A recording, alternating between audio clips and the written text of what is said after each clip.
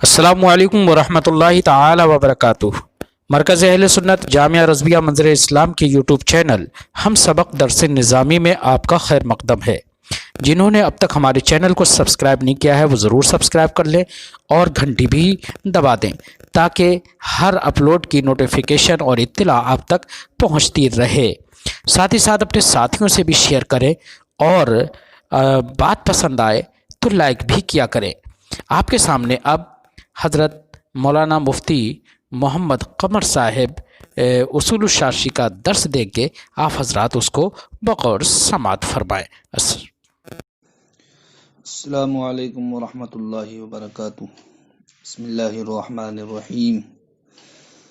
فصل خبر الواحد حجۃ فی اربعۃ مواضع، خالص حق اللہ تعالی ما لیس بعقوبۃ، وخالص حق العبد ما فیہ الزام محض، وخالص حقہ ما لیس فیہ الزام، وخالص حقہ ما فیہ الزام من وجہ۔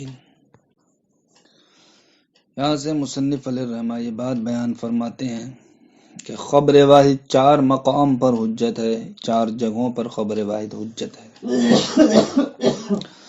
خبر واحد سے مراد یہاں پر اس کا معنی لغوی نہیں ہے کہ ایک انسان نے کسی حدیث کو روایت کیا ہو، بلکہ خبر واحد سے مراد وہ حدیث ہے کہ جس کو اتنے کم لوگوں نے روایت کیا ہو کہ جن کی تعداد حد شہرت کو نہ پہنچی ہو۔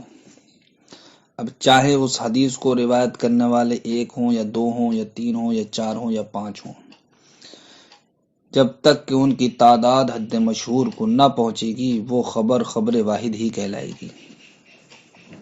وہی معنی یہاں پر مراد ہے خبر واحد سے، نہ کہ یہ کہ ایک انسان نے کسی حدیث کو روایت کیا ہو۔ تو اب کون سے راوی مراد ہیں؟ وہ راوی مراد ہیں کہ جن کی تعداد حد شہرت کو نہ پہنچی ہو۔ اگر انہوں نے کسی حدیث کو روایت کیا تو فرماتے ہیں ان کی بیان کردہ روایت چار جگہوں میں کیا بنے گی؟ حجت بنے گی۔ پہلا مقام ہے کہ وہ خالص اللہ رب العزت کا حق ہو، ایسا حق کہ جو سزا کے قبیل سے نہ ہو۔ اس لیے کہ اگر وہ سزا کے قبیل سے ہوگا تو خبر واحد میں چونکہ ایک قسم کا شبہ ہوتا ہے اور شبہ کی بنیاد پر عقوبات یعنی کہ سزائیں کیا ہو جاتی ہیں؟ زائل ہو جاتی ہیں۔ اس لیے خبر واحد اللہ رب العزت کے خالص ایسے حق میں تو حجت بنے گا کہ جو حق عقوبت کے قبیل سے سزا کے قبیل سے نہ ہو، اور اگر سزا کے قبیل سے ہوگا تو خبر واحد اس میں حجت نہیں بنے گی۔ دوسری قسم خالص بندے کا حق کہ جس میں الزام محض ہو، یعنی کہ جس میں کسی انسان نے کسی دوسرے پر کسی چیز کو لازم کیا ہو۔ تیسرا مقام خالص بندے کا حق لیکن جس میں الزام محض نہ ہو، جس میں صرف الزام نہ ہو۔ چوتھا مقام ہے خالص بندے کا حق جس میں من وجہ الزام ہو اور من وجہ الزام نہ ہو۔ فرماتے ہیں ایسی چار جگہوں پر خبر واحد کیا بنتی ہے؟ حجت بنتی ہے۔ پہلا مقام خالص اللہ کا حق جو عقوبت کے قبیل سے نہ ہو، سزا کے قبیل سے نہ ہو۔ دوسرا مقام خالص بندے کا حق جس میں الزام محض ہو۔ تیسرا مقام خالص بندے کا حق جس میں الزام نہ ہو۔ چوتھا مقام خالص بندے کا حق جس میں من وجہ الزام ہو، من وجہ الزام نہ ہو۔ یہ چار مقام ہو گئے۔ اب ان چار مقام میں خبر واحد حجت بنے گی، لیکن کس کس کیفیت میں بنے گی وہ کیفیتیں مختلف ہیں۔ انہی کو اب آگے مصنف علیہ الرحمہ بیان فرمائیں گے کہ پہلے موقع میں خبر واحد کے حجت ہونے کے لیے کیا کوئی باتیں شرط ہیں، یا دوسرے یا تیسرے یا چوتھے مقام میں خبر واحد کے حجت ہونے کے لیے کچھ شرائط ہیں۔ انہی کو مصنف علیہ الرحمہ آگے بیان فرمائیں گے۔ خبر الواحد حجت فی اربعۃ مواضع، خبر واحد چار مقام پر حجت ہے۔ خالص حق اللہ تعالی، پہلا موقع خالص اللہ رب العزت کا حق جو سزا کے قبیل سے نہ ہو. دوسرا موقع خالص حق العبد فيما فيه الزام محض، خالص بندے کا حق کہ جس میں الزام محض ہو. وخالص حقه ما ليس فيه الزام، خالص بندے کا حق جس میں الزام نہ ہو. وخالص حقه ما فيه الزام من وجه، خالص بندے کا ایسا حق جس میں من وجہ الزام ہو. اما الاول فيقبل فيه خبر الواحد، فرماتے ہیں پہلا جو مقام ہے یعنی کہ خبر واحد خالص اللہ رب العزت کے حق میں حجت بنتی ہے کہ جو سزا کے قبیل سے نہ ہو. اس پہلے مقام کے تعلق سے مصنف علیہ الرحمہ بیان فرماتے ہیں کہ اس مقام میں خبر واحد قابل قبول ہوگی. خبر واحد قابل قبول ہوگی. کیوں؟ اس لیے کہ نبی کریم صلی اللہ تعالی علیہ وسلم نے رمضان کے چاند کے تعلق سے ایک دیہاتی کی گواہی کو قبول فرما لیا. دیہاتی کی گواہی کو قبول فرما لیا. پہلے آپ یہ ذہن میں رکھیں خالص اللہ رب العزت کے حق وہ کون سے ہیں جو سزا کے قبیل سے نہیں ہیں. وہ یعنی نماز، روزہ، زکوٰۃ، صدقہ، یہ خالص ایسے اللہ رب العزت کے حق ہیں جو سزا کے قبیل سے نہیں ہیں. اب ملاحظہ کریں کہ خبر واحد پہلے والے مقام میں قابل قبول ہوگی. کیوں ہوگی؟ اس لیے کہ نبی کریم صلی اللہ تعالی علیہ وسلم نے رمضان کے چاند کے تعلق سے ایک دیہاتی کی گواہی کو قبول فرما لیا. تو ایک دیہاتی کی گواہی کو قبول فرما لینا یہ اس بات کی دلیل ہے کہ خبر واحد خالص اللہ رب العزت کے حق میں جو سزا کے قبیل سے نہ ہو یہ کیا بنتا ہے؟ حجت بنتا ہے. اگر حجت نہیں بنتا تو پھر سرکار ایک دیہاتی کی گواہی کو قبول نہ کرتے رمضان کے چاند کے تعلق سے. تو سرکار کا رمضان کے چاند کے تعلق سے ایک دیہاتی کی گواہی کو قبول کر لینا یہ اس بات کی دلیل ہو گیا کہ خبر واحد خالص اللہ رب العزت کے حق میں حجت بنتی ہے کہ جو حق سزا کے قبیل سے نہ ہو. اما الاول فیقبل فیہ خبر الواحد، رہا پہلا والا مقام تو اس میں خبر واحد قبول کی جائے گی. کیوں؟ فإن رسول اللہ صلی اللہ علیہ وسلم، اس لیے کہ نبی کریم صلی اللہ تعالی علیہ وسلم نے قبل شہادت الاعراب فی ہلال رمضان، اعرابی یعنی دیہاتی کی گواہی کو قبول فرمایا رمضان کے چاند کے تعلق سے. واما الثانی فیشترط فیہ العدد والعدالہ، رہا دوسرا والا مقام یعنی کہ جو صرف اور صرف بندے کا حق ہو اور اس میں محض الزام ہو، یعنی دوسرے پر کسی چیز کو لازم کرنا ہو اپنی جانب سے، تو اس میں خبر واحد کے حجت ہونے کے لیے شرط یہ لگائی جاتی ہے کہ بیان کرنے والوں کی تعداد کم سے کم 2 ہو، اور وہ دونوں کے دونوں کیا ہونا چاہیے؟ عادل ہونا چاہیے، فاسق نہیں ہونا چاہیے. تو خبر واحد اس مقام میں کہ جو مقام خالص بندے کا حق ہو لیکن اس میں الزام محض ہو، تو خبر واحد کے حجت بننے کے لیے شرط یہ ہے کہ اس خبر واحد کو روایت کرنے والے راوی کم سے کم 2 ہوں، اور وہ دونوں کے دونوں کیا ہوں؟ عادل ہوں، یعنی کہ فاسق نہ ہوں. اس کی نظیر منازعات ہے.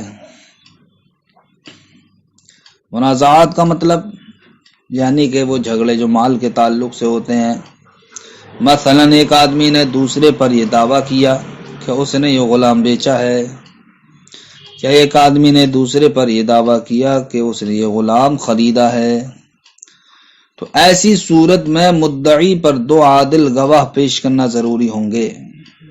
ایسی صورت میں دعویٰ کرنے والے پر 2 عادل گواہ پیش کرنا ضروری ہوں گے. کیوں؟ اس لیے ضروری ہوں گے کہ یہ تو دوسرے پر کسی چیز کو لازم کرنا ہے، تو یہ بندے کا حق ہے لیکن یہ ایسا ہے کہ جس میں الزام محض ہے،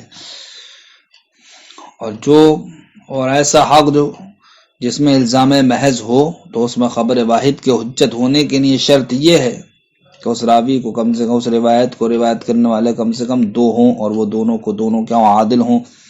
اس لیے منازعات میں جناب والا 2 گواہ ہونا چاہیے، وہ دونوں کے دونوں کیا ہونا چاہیے، عادل ہونا چاہیے۔ اگر 2 گواہ نہیں ہیں یا جناب والا 2 گواہ تو ہیں لیکن عادل نہیں ہیں، تو اب منازعات میں ان کی گواہی، ان کی خبر واحد قابل قبول نہیں ہوگی۔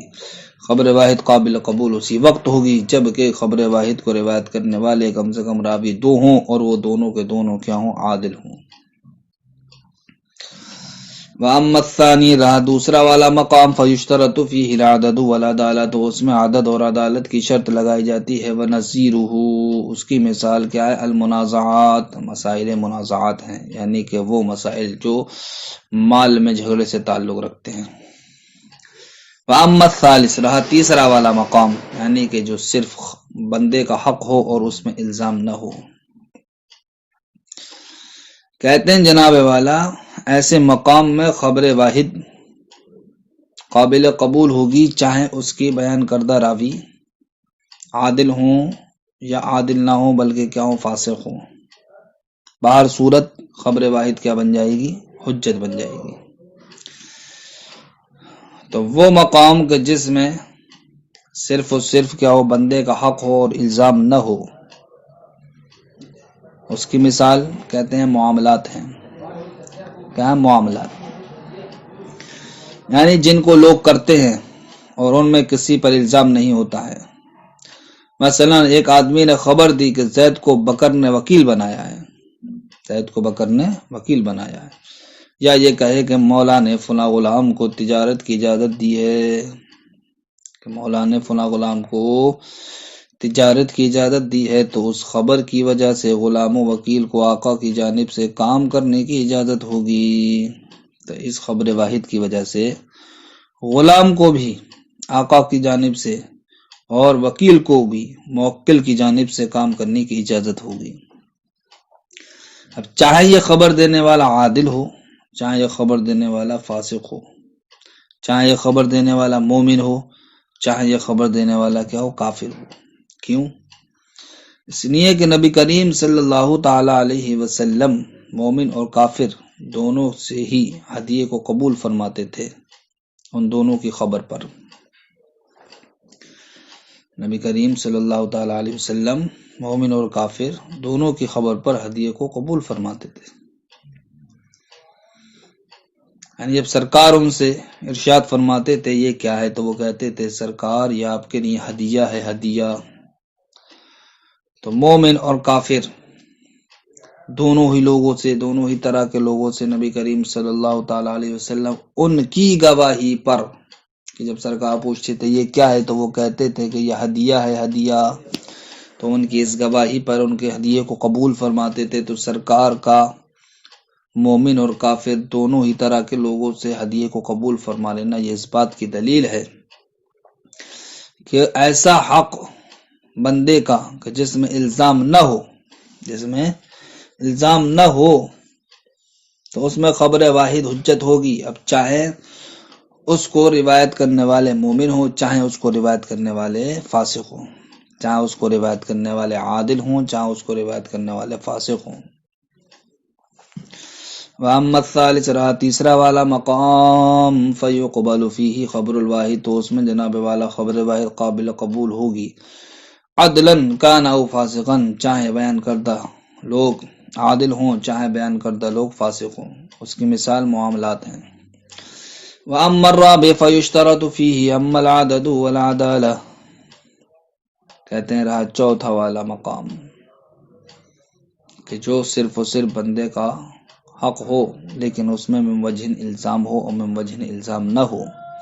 تو اس چوتھے مقام میں خبر واحد کے حجت ہونے کے لیے شرط قائل کی ہے امام اعظم رحمۃ اللہ تعالی علیہ کے نزدیک، عدد اور عدالت کی کیا شرط ہے، یعنی کہ ایسے مقام میں خبر واحد کو روایت کرنے والوں کی تعداد کم سے کم 2 ہونا چاہیے، اور وہ دونوں کے دونوں کیا ہونا چاہیے، فاسق نہیں ہونا چاہیے بلکہ عادل ہونا چاہیے۔ اس کی مثال جناب والا کیا ہے، عزل اور حجر ہے۔ یعنی مثلا آقا کا اپنے غلام کو کسی کام سے معزول کر دینا، یا آقا کا اپنے غلام کو کسی کام سے روک دینا، تو معزول کر دینے کا مطلب ہے عزل، اور روکنے کا مطلب ہے حجر۔ تو ان میں من وجہ الزام تو اس لیے ہے کہ عزل اور حجر کے بعد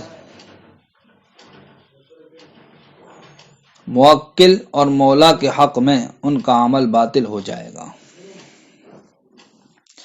جس غلام کو معزول کر دیا گیا ہو، یعنی کہ جس موکل نے اپنے وکیل کو کیا کر دیا ہو، معزول کر دیا ہو،